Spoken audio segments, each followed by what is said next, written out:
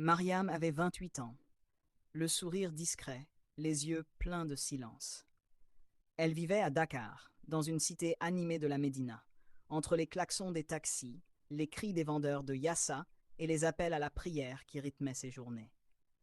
Couturière douée, elle tenait un petit atelier qui ne désemplissait pas, surtout à l'approche des mariages et des fêtes religieuses.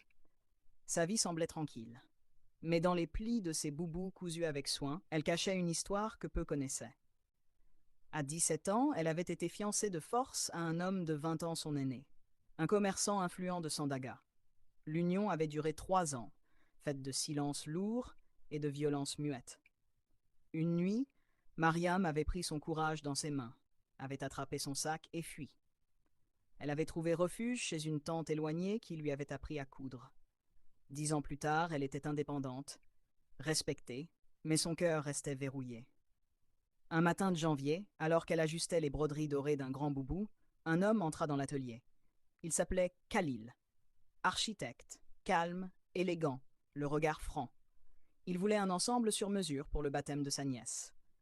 Intrigué par le sérieux de Mariam, il revint pour chaque retouche, puis pour des commandes qu'il n'aurait pas eu besoin de passer. Il parlait de tout, de la ville, des rêves, du poids des traditions.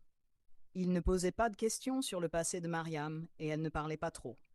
Mais un lien discret se tissait entre eux, comme une dentelle fine. Un jour, il lui dit simplement « J'ai envie de marcher avec toi ». Elle le regarda longuement, puis baissa les yeux. Le lendemain, elle ne vint pas à l'atelier, ni le jour d'après. Elle s'était enfermée dans sa chambre, assaillie par ses peurs. Et si tout recommençait? Et s'il mentait? Et si l'amour n'était qu'un piège de plus? Sa tante la trouva en larmes. Après un long silence, elle lui dit « Ce n'est pas lui que tu dois affronter, c'est toi-même ». Mariam retourna à l'atelier 2 jours plus tard. Khalil était là. Il attendait, patient comme toujours.